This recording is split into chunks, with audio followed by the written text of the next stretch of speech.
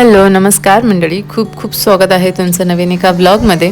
आणि इथे तुम्ही बघू शकता विठ्ठल आणि रखुमाईची छान एक मूर्ती आहे जी एकत्र अशी उभी असते. ही मूर्ती मला बाहेर एका ठिकाणी मिळाली.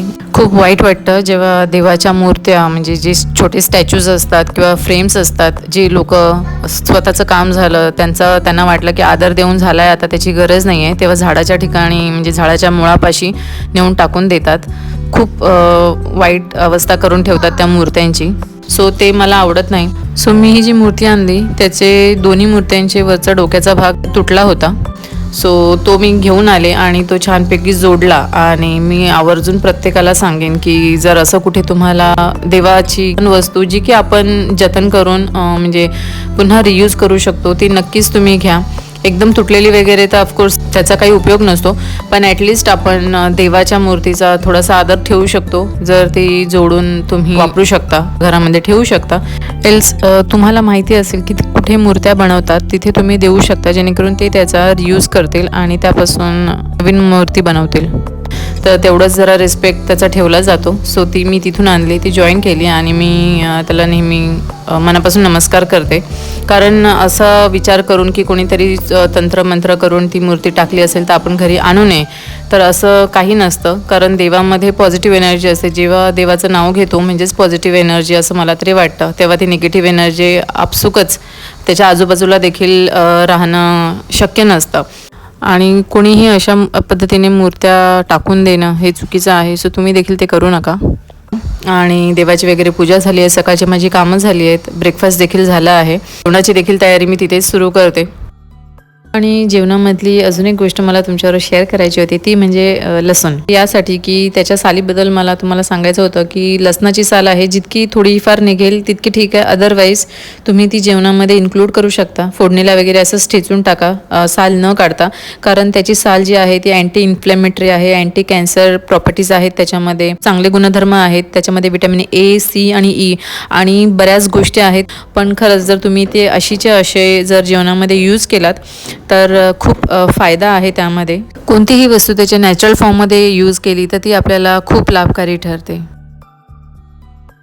सो असो, आणि देवाची वगैरे पूजा झाली आहे, सकाळची माझी कामं झाली आहेत, ब्रेकफास्ट देखील झाला आहे.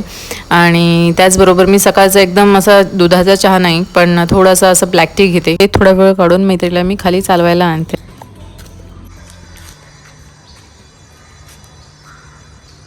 ये चला, आताच आम्ही चालायला आलो आहोत. बऱ्याच दिवसांनी ह्या टायमाला चालायला मिळते. हसते आणि सगळं आवडलं त्यामुळे जरा ह्या टायमाला चालायला मिळते. म्हणजे आता 9:45 झाले आहेत. मी मार्केटमधून थोडं दूध आणि भाजी घेतले आणि आता घरी जाऊ. हॅलो. आणि आज मी दिवसभर ब्लॉग शूटच नाही केला, जरा बिझी होते आणि थोडंसं डोकं पण दुखत होतं. बॅक पेन 2 दिवसापासून खूप होत होता. तर त्यामुळे मी जास्त काही दुसरं केलं नाही. घरातली कामं आहेत आणि आज क्लासला जाऊन आले, म्हणजे योगा क्लासला. तिकडून जाऊन आले. थोडं आर्याला आज नवीन ड्रॉइंग क्लास म्हणजे आमच्या सोसायटीतच आहे, तिथे शिकवतात. सो तिकडे तिला पाठवलं, थोडंसं त्यांच्याशी बोलून आले. सो ह्या सगळ्या गोष्टी थोड्या वेळात झाल्या. आणि सो आता बऱ्याच दिवसांनी खूपच वेळ झाला आम्ही पिझ्झा ऑर्डर करून. सो आज पिझ्झा ऑर्डर केला आहे आणि 31 जानेवारी वगैरे असं काही नाही, पण आज म्हटलं असंच खूपच कंटाळा आला जेवण बनवायचा. डॉमिनोजवरून सो छोटा regular medium size pizza order केला आहे. हां, मीडियम साईज आहे. आणि इथे एक व्हेज बर्गर पिझ्झा म्हणून येतो, सो तो ऑर्डर केला आहे.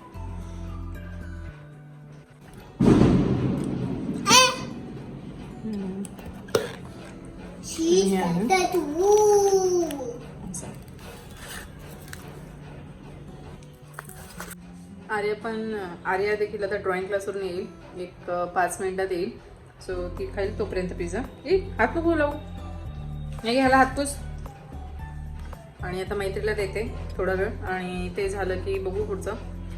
सो बघूया जे काय असेल ते शेअर करते मी तुमच्यासोबत. सो ते थोडं तिखट असेलच.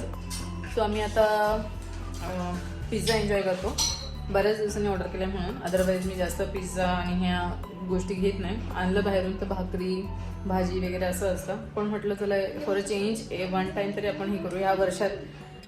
त्यावर आत्ता आम्ही पिझ्झा मागवतोय आणि बघू महिन्यातनं एकदा कधीतरी ह्या पण गोष्टी आम्ही एन्जॉय करतो. स्वतः हे एन्जॉय करतो आणि पुढचं मी शेअर करेन तुमच्यासोबत.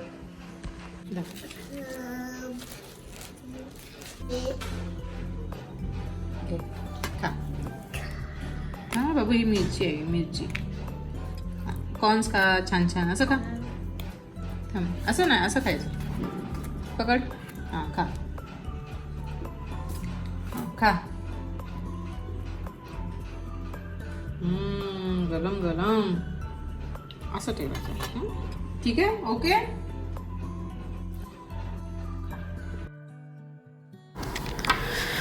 सो डिनर वगैरे झालं आहे आणि पिझ्झा तर काही आम्ही जास्त मागवला नव्हता पण तरी वाटलं भाजी होती सो मी 2 चपात्या एक्स्ट्रा बनवल्या त्या देखील आम्ही खाऊन घेतल्या. असा होता आजचा व्लॉग. आय होप हा व्लॉग तुम्हाला आवडला असेल.